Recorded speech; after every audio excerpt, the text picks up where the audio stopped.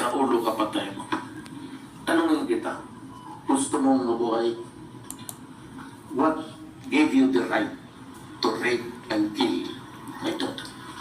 By what law itong universe na ito, sa bundok ito, sinong nagbigay sa iyo ng karapatan na patayin mo ang anak ko, i-rape mo? Dito sa kabila, I am not a Filipino for nothing. Maski ganito lang kami kapobre, but the fuck do not fuck with our dignity.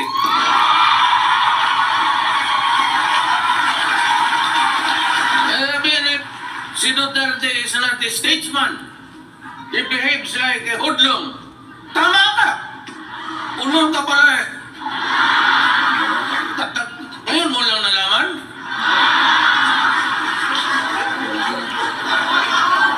Ganon ako, ganito, ganon.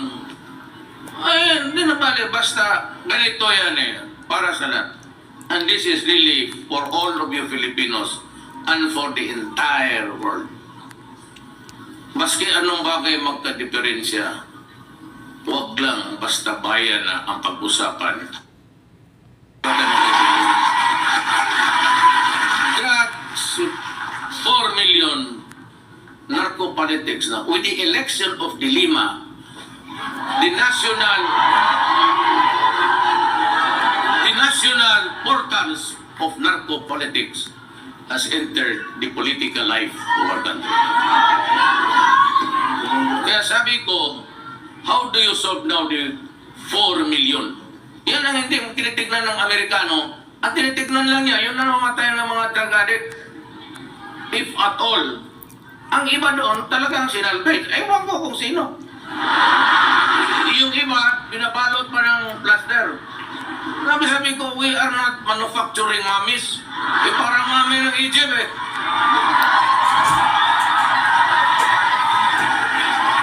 Sabi ko, if you really want to stop the guy, just shoot him with one bullet in the head. That's it. Bakit ba tayo magbalot-balot na dyan? Ano ito, suman?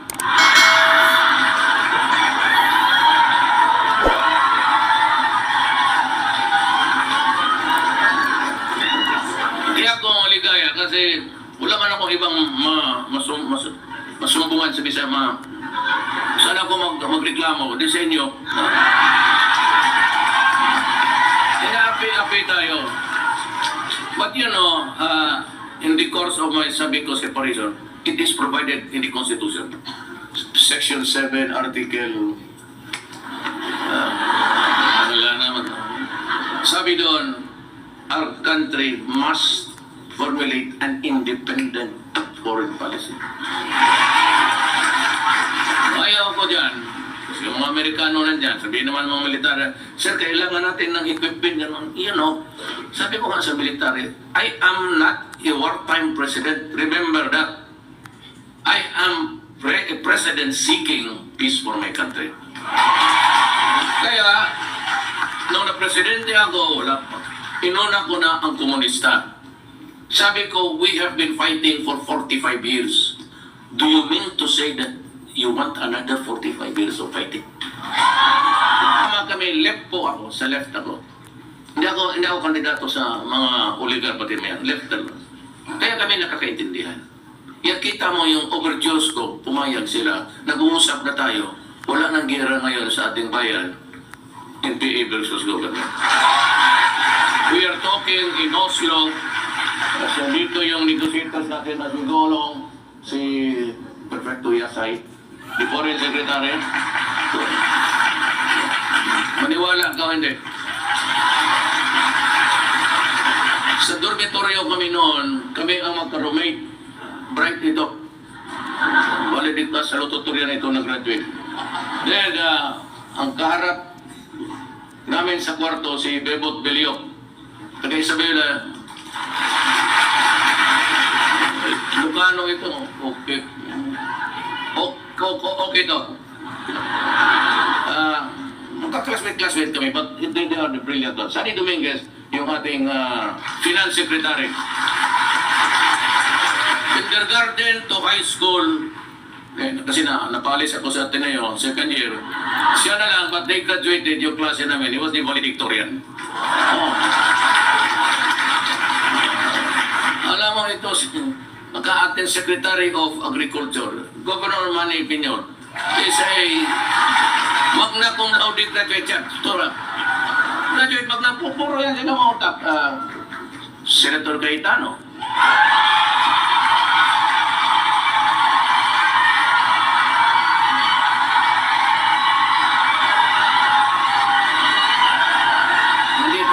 Nandito si Ma'am Lani, Mayor ng Taguig.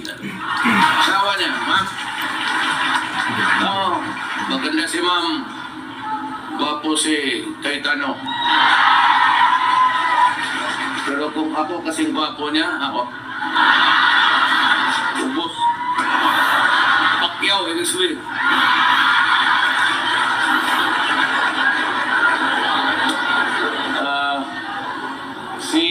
Nga pala, si Mark Villar sa DPWH. Natin, from Cotabato City, si General Lorenzana. Alam ko, General Lorenzana, ang may sabi pa sa akin, taga Cotabato City ito, Ilocano, pero Cotabato, yung mga Ilocano lunggo sa, yan, tapos si Pastor pa ang may sabi sa akin. Ano, hindi mo ba alam yung sekretary mo? Defense classmate ko yan. Sabi niya, valedictorian namin yan. Hindi naman, ang buhok na ubos ka-aral.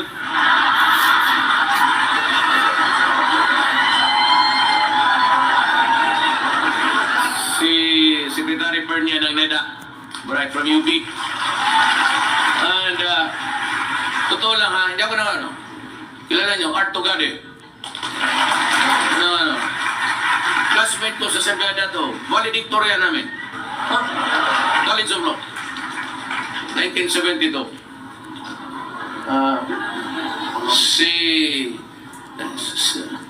Sa DTI, sa Go Negosyo. Medyo ito yung... And si Senator Estrada. Senator Estrada. Ang ating national security, pareho rin sila, Estrada yan, basta ano, yun ang mukha, pareho yan sila. Si John Esperon, ang national security advisor ko. Si Cabinet Secretary, si June Ibasco. Alam mo, istorya nito, June Ibasco, pati isang pare nagagong yun. Kasama niya, si Father, dalawa ito silang pare. Yung piskal ako noon, nahuli ito ng military sa Libungan. O, Cotabato, no? Nag-plenum-plenum ito sila, natsambahan. Ngayon, ako yung piskal, ako yung inquest, ako lang yung nag-iimbestiga doon ng takot kasi lahat ng sa rebelde. So, sabi ng si Stares kung kilala niya. May nahuli kami dyan, dalawang pare. Tapos sabi ko, nakaharap talaga ng piskal yan. Kasi sabi na, ito pag sinasabi mo dito, totoo to. Sabi niya, sabit sana namin na, napunta mo. Ano yung mga pare na, patriotism, isa maliit. Sabi ko, pare. Tapos sabi ko, taga saan ka?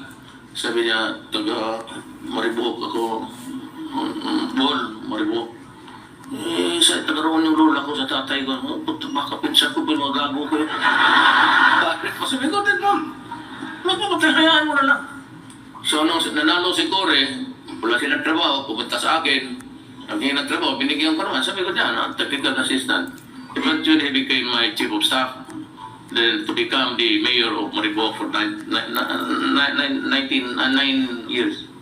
Tapos, sa cabinet na. Started dito sila. Si Andanar, Campanello. Ang ating gwapo na congressman sa Bohol, Arthur Yap.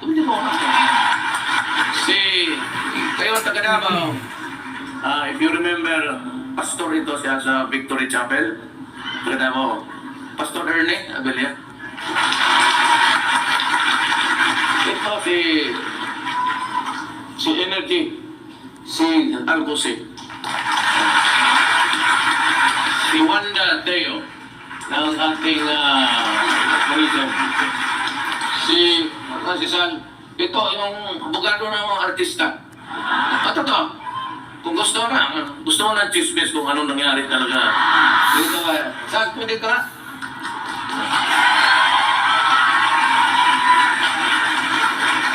Itong si San, hardworking. Yumaman lang ito sa mga away ng mga artista. Yung mga kaso-kaso. Ako po ay ordinaryo lang, kagaya ninyo. 75, 56. Hindi naman masyado ako nagmamadali kasi I finished my high school 7 years. Sabi ng nanay ko, Rodrigo, matapos ka ba yan? Sabi ko, wala man tayong pagmadalaan dito sa buhay na to. Sige, nagbilyar. Minsan nahuli pa ako ng nanay ko, yung talagang takot, binalo ka. Yung gano'n, kaya yung nanay ko kung buhay ngayon, idemanda ko ng child abuse. Talaga. Tapos kayong mga Bisaya, alam niyo yan, we have this colloquial term na hanggang pantalan ka lang. Diba? Yung ayaw natin magtrabaho, mga kapatid, yung mga lalaki yun, magalit yung tatay sabihin, kaulit siya hanggang pantalan ka lang. Diba? It's a colloquial or idiom developed along the years. Sabi ng tatay ko na, ikaw, chikang anak ka, hanggang pantalan ka lang. Sige lang, basta bayaran lang ako sa pinakarga ko, okay.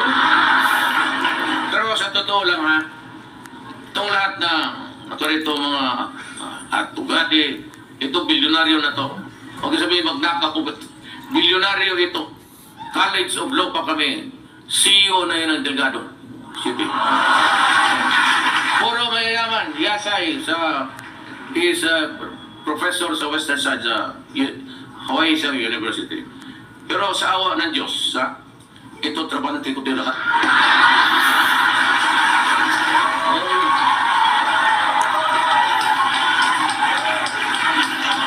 Gaya lang sa law school kami.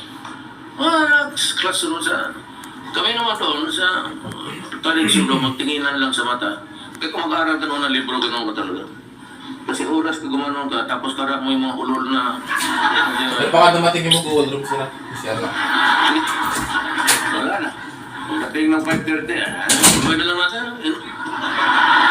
Sa awa ng Diyos, okay ako, 4 years. Gano'n lang ang bukay. So, parang inspirasyon. Not really because ayaw ko kasi yung meron gusto ako sabihin pero it's I do not want to sabihin ko na lang. Pero hatiin ko. Mas komportable ako dito sa Japan. And even China, if I mention this, kasi hindi na may ako dyan baka mamura ko lang yung the other side of the world. May magandang tratamento nila sa mga kababayan ko. Kaya kapag maumpisa ko dito, puro mura matatapos na ito. So, we have to improve on the economy because that is the only, yan lang ang paraan. That's the only way really to na balang araw na hindi mo na kailangan bumalik pa dito. At least kung magbalik-balik ka dito, bakasyon ka na lang. Sana I can improve on the economy and in the fullness of God's time. Alam mo, ang pinaka-amaano sa atin is isang Japan. Japan talaga ang pinakamalaking tulong natin. Airport, yung mga roads natin, nakaprogram. 6 billion, you times it by 48, 47. That's trillion. Grabe ang tulong nila ng ano. I don't know, but Japan is very advanced to us. And to the fact that they are really so very kind. Wala akong ano sa Japanese people, except. So in return, kaya tayo namang Pilipino, pag napunta sila doon, gusto ko ngayon, protektado sila. Ayaw. Ngayon po, pwede ka nang lumabas. Kasi ang ayaw ko, lalo na yung iba is, nagtatrabaho kayo dito, nagpapakamatay kayo sa pagod para kumita lang. Pagdating nagpadala ninyo yung pera ninyo, either gamitin ng isang ulol at i-hold up yung mga, ito, yung Mr. hold up. Yan ang ayaw ko. Kaya yan kasi ang hindi ko talaga matanggap. Kaya sa Davao, ikaw mag-rape ka ng 1-year-old, mag-rape ka ng 18 months old. Wala na tayong pinag-usapan dyan. Ako yung taga-Davao. Pagka gano'n ang estilo mo sa buhay mo, caution. Lies. So, gusto ko nga ibalik, ganito yan eh. Para maintindihan ng mga pero walang ditong pare, pero hindi sila kasali sa alam mo, hindi naintindihan nila. Sabi nila, Duterte, may death penalty noon. Wala man nangyari. Ganon rin. Bakit mo gustong ibalik? Ulol. Hindi ka naman tarantado. Hindi ako ang presidente noon. Kasi kung ako ang presidente noon, wala tayong pinag-uusapan dito. Kasi wala daw nangyari. Mayroong death penalty. Ilagamit yung utak. Ilagay mo ngayon yan. Sabi nila, hindi na, kasi marami na nga sa kulungan, 1,000. Hindi, mag-ihaw kayo mga 5 araw-araw. Ano problema niya? Ito. You know, Leah, ganito yan. I will end because meron pa akong hindi kasi, kaya naman, pentahin sila. Ganito na lang. Kalimutan mo na yung Universal Declaration of Human Rights. Kalimutan mo na yung batas natin. Let's just, yung pinanganak ka sa mundong ito. Tapos, trabaho ka. Pamilya mo, grade 1 pa lang. Alam ko, tatay ko noon, mag-loan. Ang nanay ko, 2-year retirement days, hindi dying days. Maghihiram pa yun ng 5-6. Lahat ng pulis, maestra ngayon, pati Arolin, nag-iinom 5-6. Tapos, ubos na yung pera ko, halos hindi ako kakain. Tapos, i-rate mo kasi drug addict ka, sira ulo ka, patay mo. Tanungin kita, gusto mong mabuhay? What gave you the right to rape and kill? I don't. By what law? Itong universe na ito, sa bundok ito, sinong nagbigay sa iyo ng karapatan na patayin mo ang anak ko, i-rape mo? Dito sa kabila, dito ang kinig kayo, Amerikano, bugok skip. Dito. Anong kasalanan ko sa iyo? Kayong mga gangster, kayo nga sa Pilipino, kinig yung putang ina ninyo, kinig yung mabuti. Kaya kayo namamatay, ganito. Anong kasalanan ng Pilipino? Anong kasalanan ng mag-asawa sa iyo na magluto ka ng shabu at ipakain mo sa mga anak namin? But what right in this universe of people? Huwag na tayo mag-isip ng batas-batas. Sagutin mo lang ako. By what right? Anong kasalanan namin? At bakit gawin mo yan sa amin? Masagot mo yan, buhayin kita. Putang ina mo, pag wala kang sagot, papatayin talaga kita. Buwisit na ako eh. Sagot na. Huwag na yung batas. Sagot mo batas eh. Makukulong ka o mamatay ka. Just answer me the question. Who gave you the right to destroy the life of my daughter, raping her, after ravishing her, killing her? But what right do you have? Na kami kayong tagalabas, kung gano'n na lang ang pawis at hirap, saving every Tapos pagdating doon, pabili lang ng sa anak mo para pagdating mo doon, basag na pala. And you know what? Dysfunctional na nga eh. Nandito kayo, na may maiwan mga anak. Mabuti na lang kung dala mo. It is by itself a dysfunction already, to be frank with you. Wala na nga ang nanay, tatay, o yung mga sailors. Tapos, lagyan mo pa na doon, it becomes really a total dysfunctional family. Magnakaw ito, di na magaran. So, hindi niya you simply overlook the things in life. My American friends, we stick to the fundamental issues about human life. You want to protect, we do not want whoever wants to kill people. You cannot build a nation over the bones of the criminals if that is what you want to do. But then, I have to do something by the sheer magnitude of 4 million. Instead of helping me, you are criticized, you chastise me publicly. Insulting, because as a matter of fact, every time you mention about human rights violation, there's always a few words added, and that is the assistance. You can have it. It's all yours. We will survive. I'm sure I would be a villain to. Ngayon lang, maybe at this time, not all Filipinos would look too kindly about my son.